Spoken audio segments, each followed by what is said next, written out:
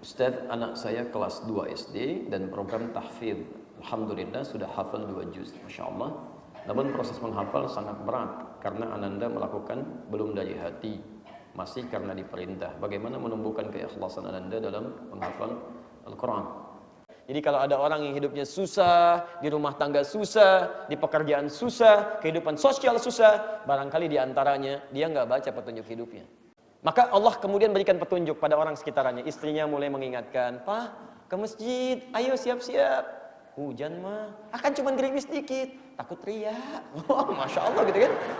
Kan Quran belum hafal, hadis belum paham, untuk baca belum punya waktu. Cita-cita masuk surga, pengen tanpa hisab lagi. Antum sehat. Mau 1 viewer aja sekalipun, dakwah tetap lanjut.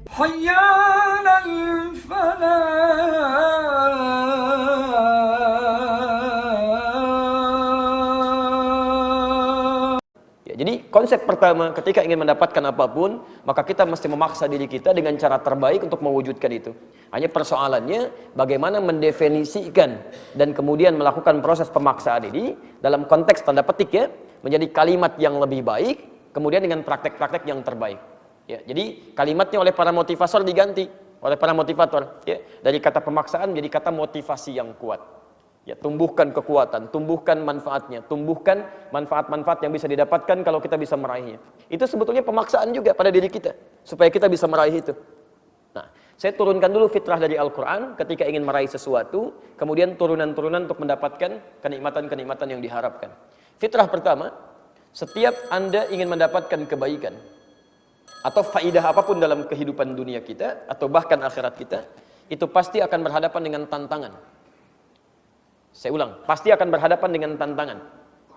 Pertama, untuk menguji kesungguhan kita dalam meraih apa yang kita harapkan itu.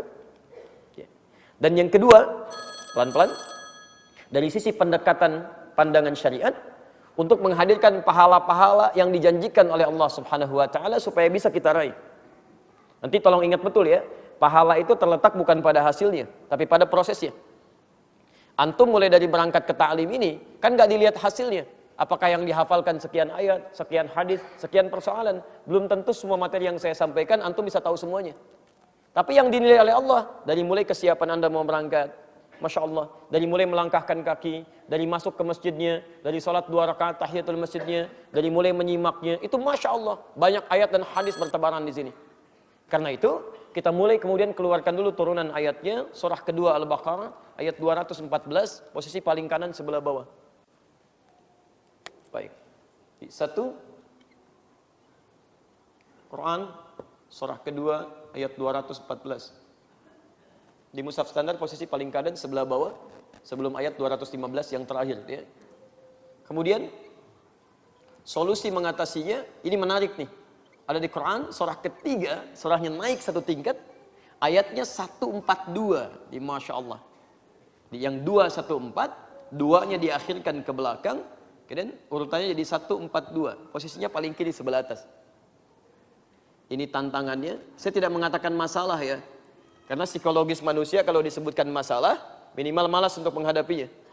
Dan jadi beban. Makanya setiap menghadapi persoalan-persoalan kehidupan, jadikan tantangan. Ujian untuk kita meningkatkan mutu kebaikan kita. Ada tantangan di sini. Di sini solusinya.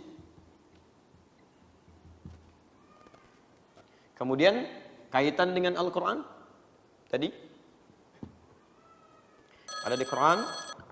Surah, misalnya perintahnya di Quran surah ke-54 terkait menghafal ayat 17, ayat 22, ayat 32, ayat ke-40. Proses menghafalnya mengikuti contoh Nabi sallallahu alaihi wasallam di Quran surah 75 ayat 16 sampai dengan ayat 18. Cara meraih anugerah ini ada di Quran surah kedua ayat 282 di ujung ayatnya. Ya, posisi paling kiri sebelah bawah. Tadi yang saya sebutkan di balik tantangan ini ada pahalanya di Quran, di hadis, pakai hadis dulu.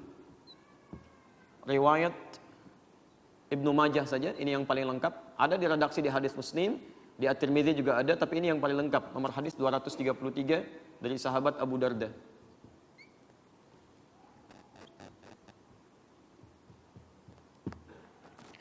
Kemudian semua yang dihadapkan ini diharapkan Allah Subhanahu wa taala memberikan kita pahala-pahala kebaikan. Yang tafsirnya ada di sini. Ringkasannya ada di Quran, di Al-Quran, surah ke-67, Al-Mulk, ayat yang kedua. Baik. Solusi hadis Qurannya, kalau sedang malas, butuh motivasi, kan? Sampai nanti hadir keikhlasan karena Allah. Ada di At-Tirmidzi, hadis riwayat At-Tirmidzi. Nama aslinya Muhammad dari Tirmidzi, dikenal dengan At-Tirmidzi. Nomor hadis 2910, kan? Ini yang baru baca. Kalau belum lancar, nomor hadis 2920. Kalau sudah mulai menghafal, nomor hadis 2915. Sampai mendapatkan keikhlasan. Keikhlasannya ada di hadis riwayat Al-Bukhari. Nomor hadis yang pertama dari Umar bin Khattab radhiyallahu taala anhu. Ini gambaran dalilnya. Baik. Bismillah, saya agak pelan-pelan dulu ya. Kita mulai dari yang pertama. Setiap orang yang mengharapkan keberhasilan dalam hidupnya, apalagi ingin meraih surga dengan pahala-pahala yang dia persiapkan saat hidup dia, itu tidak otomatis bisa melakukan semua harapannya dengan mudah. Lihat kalimatnya, am hasibtum an tadkhulul jannata wa lamma ya'tikum mathalul ladzina khalau min qablikum. Apa Anda duga begitu mudah mendapatkan surga, ingin meraihnya, sementara Anda belum mendapatkan ujian menghadapi tantangan-tantangan seperti orang-orang dulu yang dijamin masuk surga pun menghadapi ujian. Saya mau tanya pada antum, Nabi Muhammad SAW dijamin tidak masuk surga? Dijamin masuk surga, dekat dengan Allah, dijaga dari kesalahan, masuk surga tanpa hisab, surga tingkat paling tinggi. Apa Anda kira nggak ada ujiannya? Ada. Ujian bagi dirinya. Ya, beliau dihina, beliau dicela, disebut seorang penyair, disebut tukang sihir, disebut dukun, dilempari bukan cuma dengan kata-kata, dilempari dengan batu juga saat di Taif. Dituduh, istri beliau juga dituduh, keluarganya dituduh, Masya Allah. Dan itu dihadapi dengan indahnya. Nabi dicela, Rasul dicela, bahkan malaikat dicela, bahkan Allah pun ada yang mencela. Anda Nabi bukan, Rasul bukan, malaikat bukan, bukan juga Allah, gak mau dicela. La haula wala quwwata illa billah. Ya, harus kita melihat. Ya, barangkali di situ ada sesuatu yang harus kita kembalikan. Orang dulu Bilal dijamin masuk surga, ada ujiannya. Abu Bakar As-Siddiq jamin masuk surga, ada ujiannya. Masya Allah. Jadi semua menghadapi tantangan kehidupan. Anda pengen sukses belajar saja, ada ujiannya. Anak TK sekarang ada ujiannya. Anak SD ada ujiannya. Rapotnya begitu banyak. Ujian. Dunia aja ada ujian. Masa akhirat gak mau ada ujian? Paham sampai sini? Nah, apa bentuk ujiannya? Ini sebetulnya yang harus kita pelajari dulu. Jadi kebanyakan orang ini mengeluh dengan masalah karena gak kenal masalahnya. Harusnya antum saat mulai tumbuh itu belajar masalah kehidupan yang ada di Quran. Masalahnya begini, begini, solusinya begini. Jadi ketika Anda menghadapi masalahnya, Anda nggak akan kaget. Nggak akan larut dalam kesedihan. Silahkan cek semua ayat yang mengatakan ikuti petunjuk kami, ujungnya akan ditutup dengan tidak akan larut dalam kesedihan dan kegalauan. Ya. Bahkan Adam alaihissalam ketika pertama diturunkan, itu bersanding dengan petunjuk kehidupan. Quran surah 2, ayat 38, posisi paling kanan sebelah atas. Qulna ihbitu minha jami'a. Turun kalian semua ke muka bumi. Adam, istrinya, keluarganya turun. Masya Allah. Fa imma ya'tiyannakum minni huda. Kalau nanti saat turun, kami akan turunkan petunjuk kehidupan bersamaan dengan turunnya. Faman tabi'a hudaya, ikuti petunjuk kami ini. Ikuti betul. Fala khaufun 'alaihim wa lahum yahzanun. Maka kami jamin hidupnya tidak akan pernah khauf, gelisah, galau, takut, wa lahum yahzanun, dan tidak akan pernah merasakan sedih dalam kehidupan. Petunjuknya diberikan kepada Adam, tapi isyaratnya mereka. Semua anak keturunan Adam kalau ikut petunjuk ini, Masya Allah, dijamin oleh Allah. Bahkan setiap berganti generasi diberikan petunjuk yang sesuai dengan kebutuhan umatnya. Sampai di masa Nabi Muhammad SAW, kalimat yang sama disebutkan. Begitu beliau diutus, diiringi dengan hudan. Kalimat sama. Quran surah kedua ayat 185. Posisi paling kiri di pertengahan. Syahrul Ramadan alladzi unzila fihil Quran hudan linnas. Fungsi Al-Quran dari Al-Fatihah sampai dengan An-Nas, fungsinya bukan sekedar bacaan, tapi hudan, jadi petunjuk kehidupan. Kalau Anda kerjakan ini, lihat ujung ayatnya. Yuridullahu bikumul yusra wa la yuridu bikumul usra. Allah menginginkan hidup Anda mudah, bukan susah. Jadi kalau ada orang yang hidupnya susah, di rumah tangga susah, di pekerjaan susah, kehidupan sosial susah, barangkali di antaranya dia nggak baca petunjuk hidupnya. Sehingga banyak keluhan dalam kehidupannya. Kenali dulu. Nah, rumus menghadapi masalah ini, apapun yang Anda lakukan, termasuk menghafal Quran, itu akan ada 3 jenis ujian. Nanti ini teori dasarnya dulu ya. Nanti barangkali turunannya dalam kesempatan berbeda kita bisa adakan daurah atau ta'lim khusus tentang ini. Ya. Yang paling menarik, 1. Masathumul ba'sa. Jenis pertama. Disebut dengan ba'sun, ba's. Akan ditimpa dengan yang ringan dulu. Ringan, kecil-kecil dulu. Ya, kecil. Jadi inilah keadilan Allah. Tidak akan seseorang diuji dengan langsung seketika ujian berat, tidak. Kadarnya sesuai dengan kemampuannya. La yukallifullahu nafsan illa wus'aha. Allah tidak akan mungkin menitipkan satu ujian untuk meningkatkan kualitas hidup seseorang kecuali sesuai dengan kadar kemampuannya. Jadi ada ujian ringan dulu, ya. Penghafal Quran, awal-awal nggak pernah menghafal, baru ujian mulai ringan-ringan dulu. Yang tadinya baca Al-Quran, sekarang mulai baca Al-Quran. Dikasih dulu dengan motivasi, semangat, tiba-tiba muncul malas, tiba-tiba melihat Quran nggak biasa, tulisannya beda dengan yang biasa dia lihat. Al-Quran begini, Al-Quran begini, gitu kan? Tiba-tiba muncul ngantuk, gitu kan? Padahal baca Al-Quran 1 jam begini, baca Al-Quran 10 menit begini, gitu kan? Bosan sih enggak, cuman cepat ngantuk. Itulah Al-Quran indahnya. Bosan gak ada yang bosan. Antum pernah baca Al-Fatihah bosan? Padahal 17 kali dalam sehari. Kalau bukan firman Allah, mustahil ada yang bisa begitu. Mustahil itu. Silahkan baca karya terbaik manusia. Gak usah banyak-banyak lah. Al-Quran 17 kali dalam sehari. Karya manusia 3 kali dalam sehari. Baca terus selama sebulan. Sehari 3 kali, sehari 3 kali. Demi Allah, paling 3 hari Anda tinggalkan tuh. Udah hatam saya, udah hafal, paling kesini. Al-Fatihah, hatam, hafal, dibolak-balik juga Anda ngerti. Paham betul, gak pernah tertukar. Cek buktinya. Setelah Bismillahirrahmanirrahim apa? Alhamdulillahirrahmanirrahim. Setelah Ar-Rahmanirrahim, Maliki Yaumiddin. Sebelum Maliki Yaumiddin, Ar-Rahmanirrahim. Masya Allah, hafalan tuh bolak-balik. Pernah nggak bosan? Demi Allah saya katakan, belum pernah ada kertas masuk. Sampai hari ini, termasuk orang mengeluh datang mengatakan, Ustaz, saya bosan Ustaz. Kenapa? Baca Al-Fatihah. Masya Allah. Nggak ada tuh sampai hari ini. Ini menunjukkan firman Allah luar biasa. Cuman kadang-kadang ketika mulai mau membaca, menghafal, datang kantuk. Itu masih ringan. Ya. Seperti Anda mau ta'lim, mau ke masjid. Kalau belum terbiasa, itu dari mulai datang aja sudah mulai nggak enak perasaan. Karena belum terbiasa. Ke masjid, Masya Allah. Gitu kan? Tayyib. Nah, biasanya sudah mulai terbiasa ngambil pojok-pojok belakang dulu. Kan? Nanti kalau sudah terbiasa maju ke tengah, sampai paling depan. Alhamdulillah. Itu awal-awal. Ya. Alhamdulillah baru bisa ke masjid. Nanti kalau sudah mulai rutin, diuji lagi. Masih ringan juga, kasih gerimis dikit. Ayo, masih ke masjid enggak? Kalau enggak gerimis, jangankan kamu, yang lain juga bisa datang, kasih gerimis. Anda bisa lewat. Maka orang Arab mengatakan la ba'sa. Kata ba'sun bisa lewat la ba'sa. Ini ringan. Bisa saya jalani. Jadi kalau antum tanya misalnya kaifa haluk, dia punya masalah sedikit, dia katakan la ba'as insyaallah. Enggak ada masalah. Saya bisa jalani. Diserap ke dalam bahasa Indonesia, labas. Lewat. Labasa, labas lewat. Ya, gerimis dikit, turun, jalan, nggak ada masalah. Nggak usah pakai payung, jalan aja. Nah, kalau Anda belum lulus pada yang seperti ini, itu tandanya Anda belum lulus pada ujian yang kecil. Ya Allah, nggak ke masjid, gerimis dikit aja. Anda nggak ke masjid, Anda belum lulus. Maka Allah kemudian berikan petunjuk pada orang sekitarnya. Istrinya mulai mengingatkan, Pak, ke masjid, ayo siap-siap. Hujan mah, akan cuma gerimis dikit. Takut riak. Oh, Masya Allah gitu kan. Kadang-kadang masih itu terjadi tawar-menawar, sampai kemudian nggak ada celah lagi untuk mengelak. Sediakan payung. Kalau perlu mama anterin ya, macam-macam tuh. Jadi ketika ibu menghadapi situasi seperti itu, antum juga demikian, motivasi. Ya, jangan kemudian hadirkan kalimat-kalimat yang membuat dia turun, malah nggak mau ibadah. Ya, malah nggak mau ibadah. Oh iya benar hujan ya, nanti aja kalau hujannya reda. Cari dulu solusi. Kalau ada solusi yang bisa mendampingi itu lebih baik. Anak misalnya, ya sedang malas-malasnya, antum tanamkan motivasi.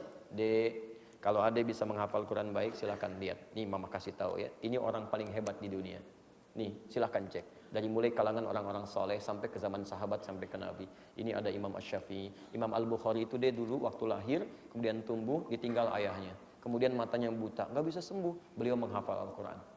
Ketika menghafal Al-Quran, kemudian menghafal, Masya Allah. Dalam proses menghafal itu, membacakan kemudian surah Qaf ayat ke-22, tiba-tiba pandangannya dibuka oleh Allah. Bisa melihat lagi. Padahal, menurut dokter sudah nggak mungkin sembuh. Masa sih mah? Kok gitu amat? Si Ahmad aja nggak gitu? Itu si Ahmad, ini Imam Al-Bukhari.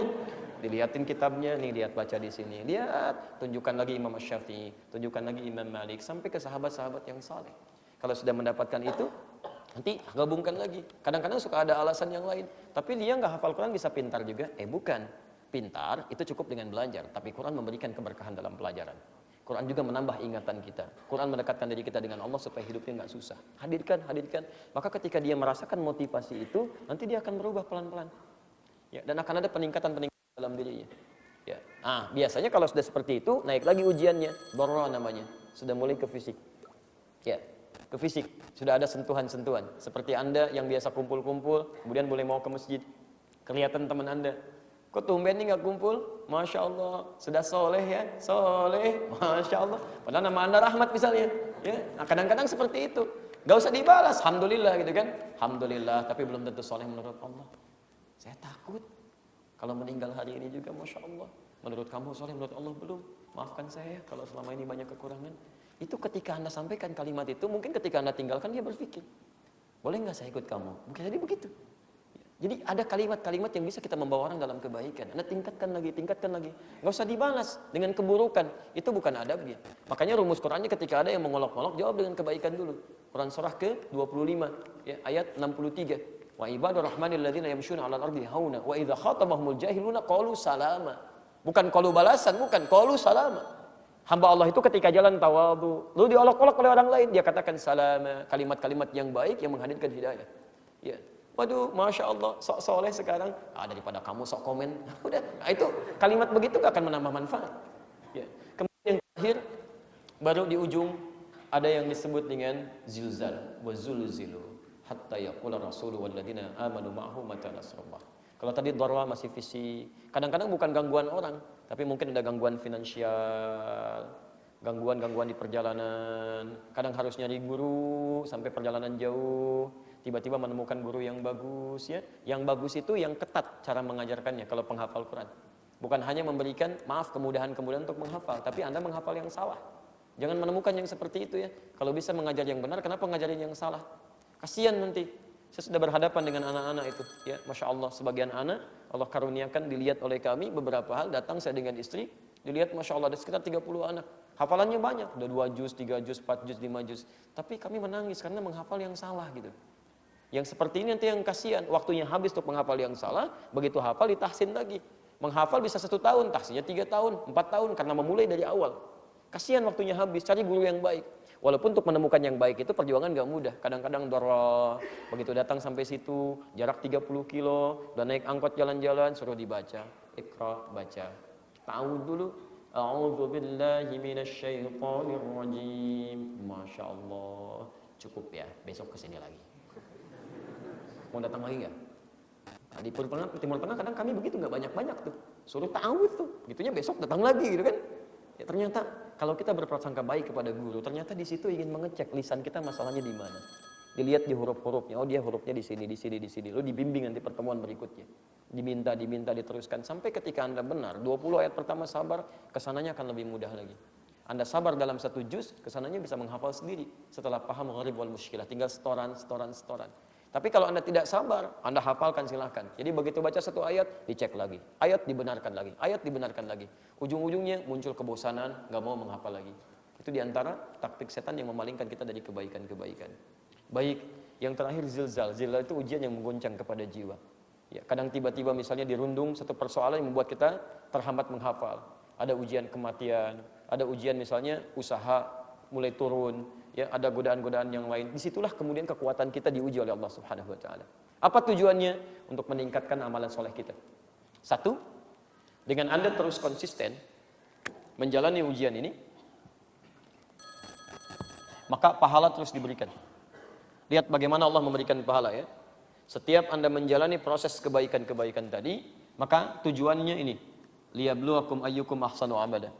Ya, huwallazi khalaqal mauta wal haya. Allah ciptakan semua aktivitas dalam kehidupan, bahkan kehidupan dan kematian, tujuannya untuk menguji yang hidup supaya meningkatkan amalan. Liyabluwakum ayyukum ahsanu amala. Ketika Anda terus ditingkatkan, terus jangan putus asa ya. Ada masalah tingkatkan lagi. Ketika Anda tingkatkan, ini pahalanya diberikan. Ini contoh untuk menuntut ilmu. Ya, Anda punya persoalan hujan sedikit, Anda bisa lewati, itu dari mulai siap-siapnya disiapkan pahalanya. Dari mulai berjalannya disiapkan pahalanya. Bahkan hujan yang menetes kepada Anda, setiap kalimat, setiap basahnya, setiap jalannya, itu akan jadi saksi bagi Anda di akhirat bahwa Anda pernah melewati mereka. Akan bersaksi, jangan dikira nggak bicara. Bersaksi, ayatnya turun kok jelas. Idza zulzilatil ardu zilzalaha wa akhrajatil ardu afqalaha wa qala al-insanu ma lah. Ayat keempat, yauma idzin tuhadditsu akhbaraha. Pada saat itu semua yang dikandung bumi akan bicara kepada Allah dengan izin Allah, akan menyampaikan bahwa apa yang pernah kita lakukan di situ. Kalau antum pernah mengerjakan maksiat di satu tempat, maka bendanya semua akan bicara. Ya Allah, saya jadi saksi si fulan menggunakan saya untuk bermaksiat kepadamu. Tapi kalau Anda menggunakan semua elemen kehidupan kita dalam kebaikan, maka semua akan bicara. Ya Allah, saya motor bersaksi dipegang oleh si fulan, dia menerobos hujan ya Allah untuk bisa mendapatkan bagian dari ajaranmu ya Rabbal Alamin.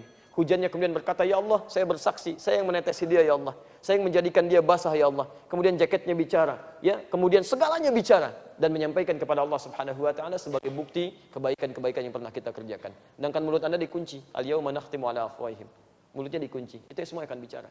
Jadi kalau Anda paham dengan persoalan ini, paham dengan pahalanya, justru semangat akan semakin meningkat 2 kali lipat. Bukan mundur. Ah, kapan lagi saya akan disaksikan oleh hujan? Alhamdulillah Allah turunkan hujan saat ini. Mudah-mudahan basahnya saya, ya sebagian kena payungnya, kena macam-macamnya disaksi di akhirat nanti. Kemarin cuma sandalnya, sekarang dengan payungnya. Alhamdulillah. Masya Allah. Kalau payung sudah jadi saksi, sandal jadi saksi, baju Anda jadi saksi, apalagi yang kurang bagi Anda? Jelas ya? Jadi ini poinnya, tingkatkan ini. Apalagi penghafal Quran. Ini setiap hurufnya 10 kebaikan. Setiap huruf. Baru baca tuh. Man qara'a harfan min kitabillah falahu 10 hasanat. Siapa yang baca satu huruf dari kitabullah dapat 10 kebaikan. Itu baru baca, belum menghafal. Sedangkan penghafal Quran itu mustahil membaca satu huruf, pasti mengulang-ulang. Pembaca saja nggak akan ada yang baca satu huruf. Saya belum pernah temukan orang baca Quran satu huruf kemudian selesai.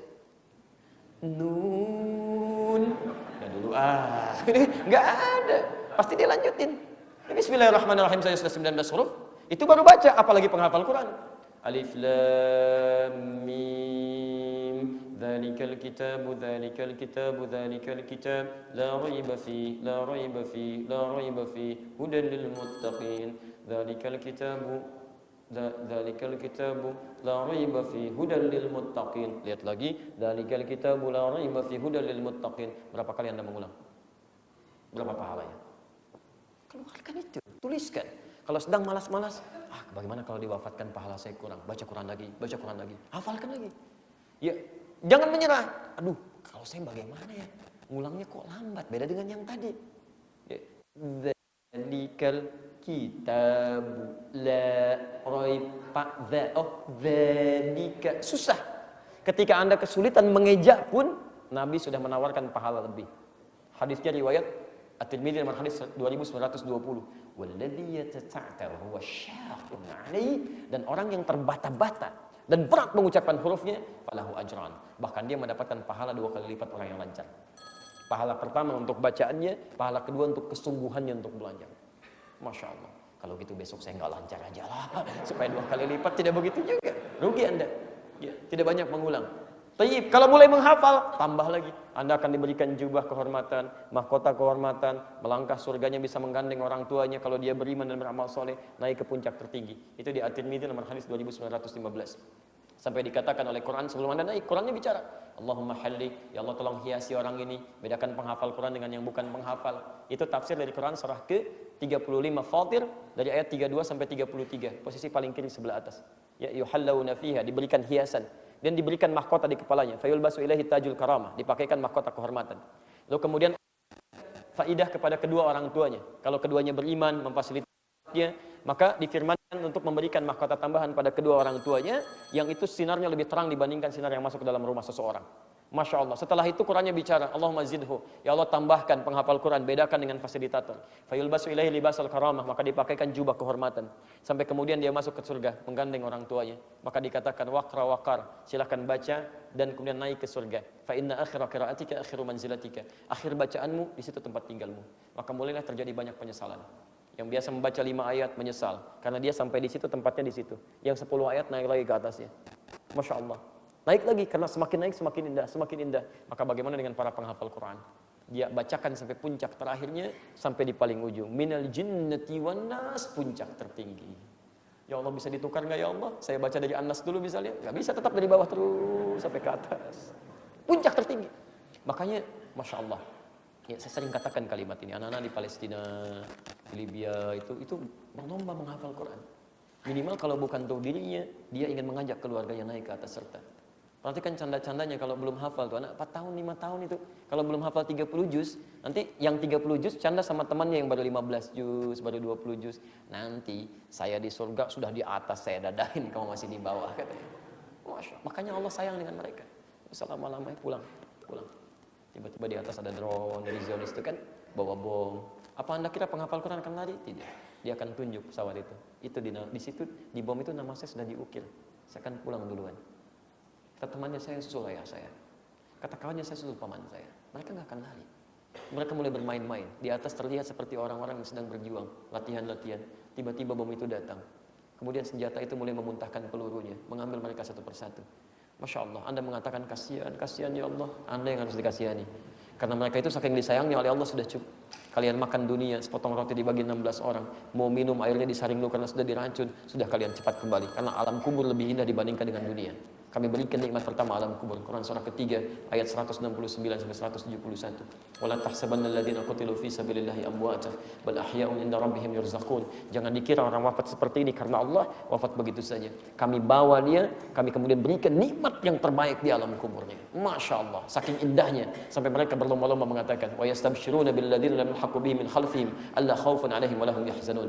Sampai kalau mereka mampu, mereka akan kembali pada keluarganya mengatakan, kalian jangan nangis ya, jangan sedih. Kalau bisa cepat ke sini ya. Di sini lebih enak daripada di situ. Makanya kalau ada satu meninggal di Palestina, Masya Allah, dalam keadaan syahid, itu nggak ada yang menangis. Bawa manisan sampai ke, Alhamdulillah, saudara kami sudah mendapatkan kebaikan di sini. Mudah-mudahan kita pun bisa menyusul ke situ, Pertanyaannya, Anda di mana? Anda yang sering menangisi mereka, melihat kasihan kepada mereka. Mungkin Anda yang kasihan. Allah sayang dengan mereka. 4 tahun, 5 tahun hafal Quran, tahu hadis, hidupnya bermanfaat, gak banyak lihat maksiat, di blokade darat, laut, udara. Masya Allah. Makanannya terbatas pada yang halal saja. Kadang-kadang Allah kirimkan lewat laut itu. Masya Allah, saking sayangnya sudah. Kamu cukup pulang ya, bekal sudah cukup. Hafal Quran, 4 tahun, 5 tahun, hafal Quran, dekat dengan Allah, wafatnya syahadah, kurang apa lagi? Antum dikasih 40 tahun, 50 tahun, 60 tahun, sampai hari ini. Mata sehat, keadaan baik, akses banyak. Masya Allah. Matanya aksesnya, jangankan khairnya, maksiatnya juga dilihat juga. Telinga masih mendengar maksiat juga, lisan mendengar maksiat juga. Quran belum hafal, hadis belum paham, untuk baca belum punya waktu. Cita-cita masuk surga, pengen tanpa hisab lagi. Antum sehat.